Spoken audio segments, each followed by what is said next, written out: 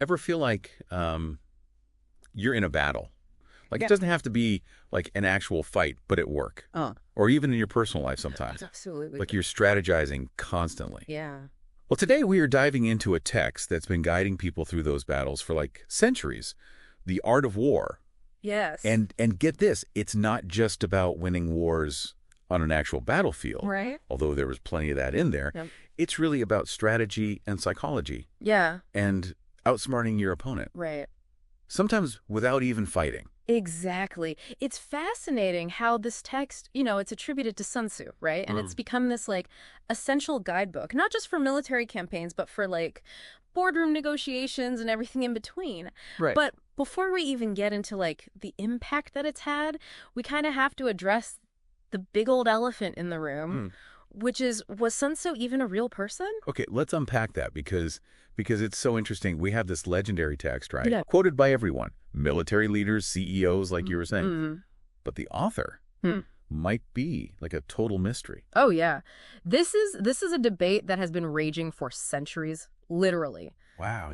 He's supposed to have lived in the 6th century BC, Okay.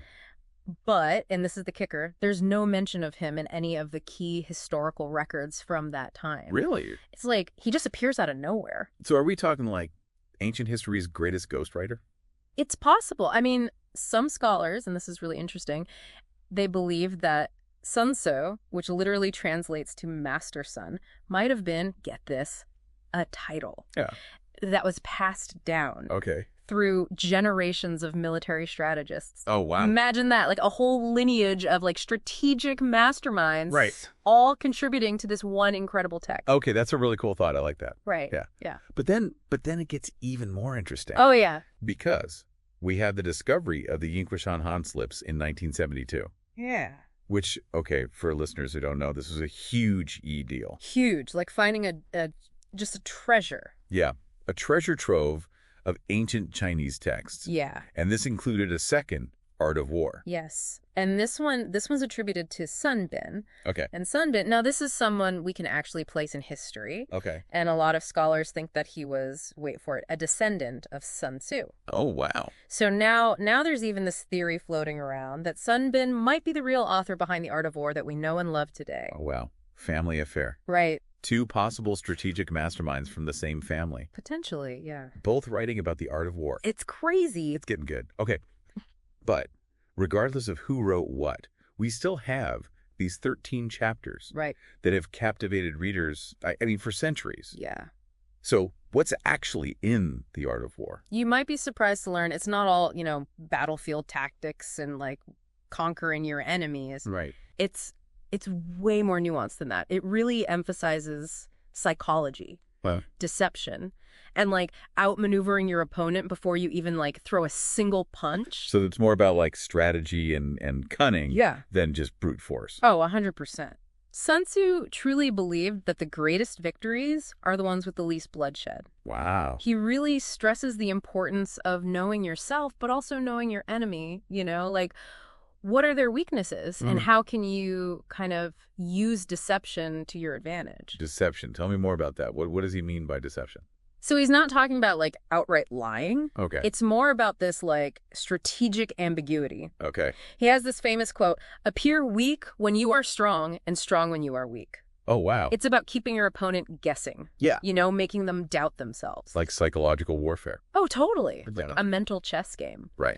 And speaking of strategy, the Art of War, it gets into like really specific tactics, everything from like how you move your troops on a battlefield Right. to the use of spies and intelligence gathering. Oh, wow. He knew that knowing your enemy's plans is just as valuable as having a big, strong army. Okay, that's straight out of a spy thriller. Right. But I'm guessing there's more to it than just, sending in secret agents and that kind of thing. Oh, for sure. The Art of War is so comprehensive. Right. It covers everything. Yeah. Like how to choose your battles, how to adapt when things change. I mean, one chapter that always throws people off is called Waging War. Okay. But it actually talks about the importance of ending conflicts quickly. Oh, interesting. Minimize your losses, both in terms of resources and, human life. Wow, that's incredibly relevant. Even today. Totally. I mean, who wants a long, drawn-out conflict? Nobody. No, and kind of leads into another key principle here, which is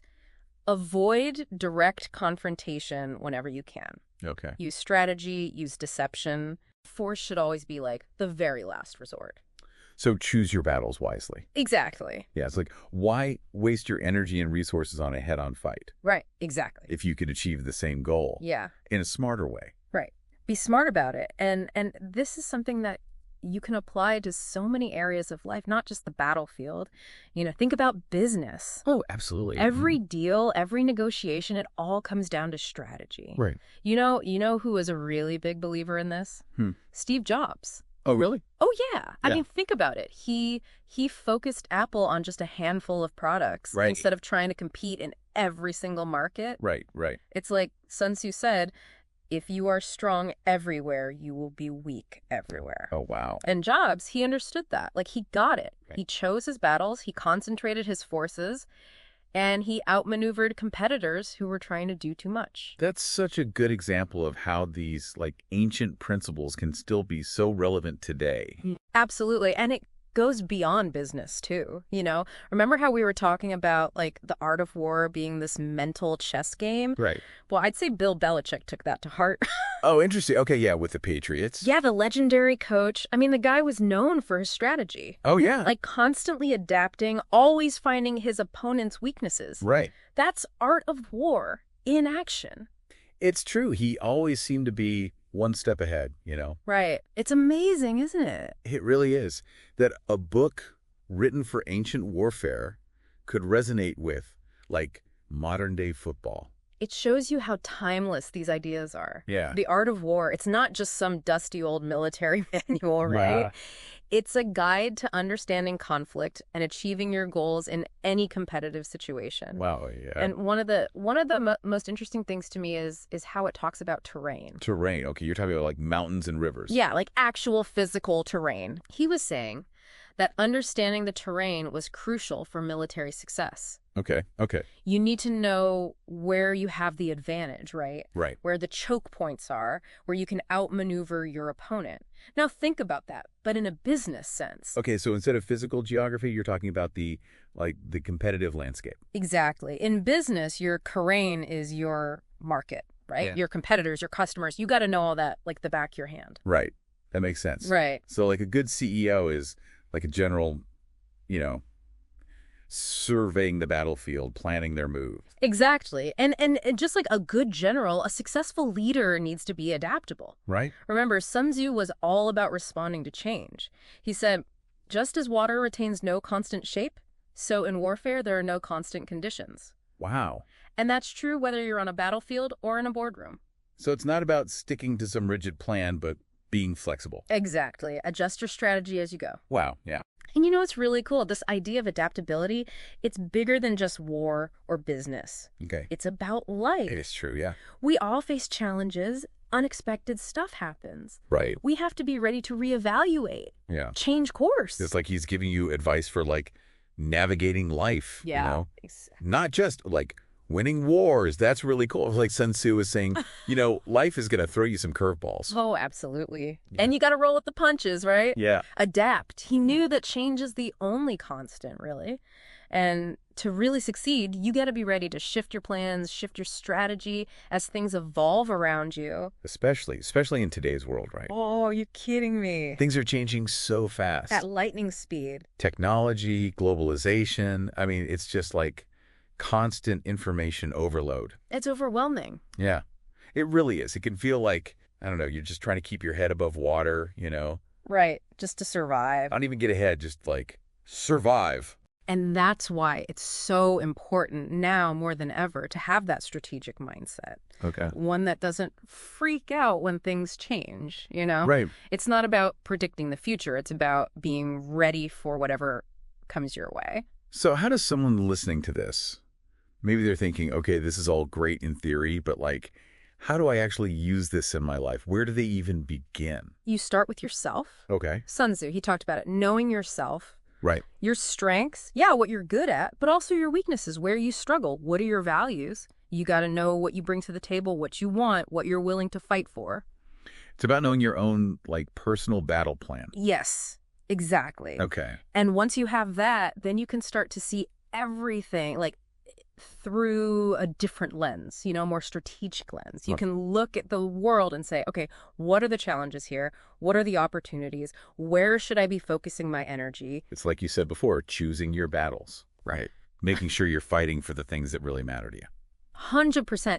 And here's the thing. The art of war, it's not about becoming some kind of, ruthless, power-hungry person. Right. It's about understanding strategy, understanding people, and yeah, maybe being a little bit cunning, Right. but using it to navigate your life, to achieve your goals, and yeah, hopefully come out on top. Level up your game a little bit. Exactly. Whatever it is you're doing. Whatever your arena is. Right. So as we wrap up this deep dive, this incredible deep dive into the art of war, what's the one thing you want listeners to take away from this?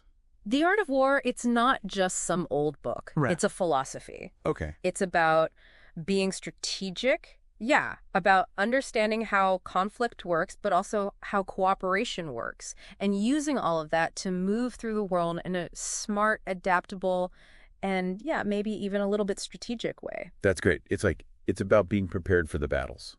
And those battles could be big or small. Oh, yeah. That life throws your way. Yeah, And knowing that you have the tools to face them. absolutely. And every challenge, you learn from it, you grow. Every obstacle, you refine your strategy. So embrace the challenge. Yes. Keep your head up. And hey, you might just surprise yourself with how much you've learned from this ancient wisdom. You might just become a strategist without even realizing it. Exactly. Well, thank you so much for joining us on this amazing journey Absolutely. My pleasure. into the world of the art of war.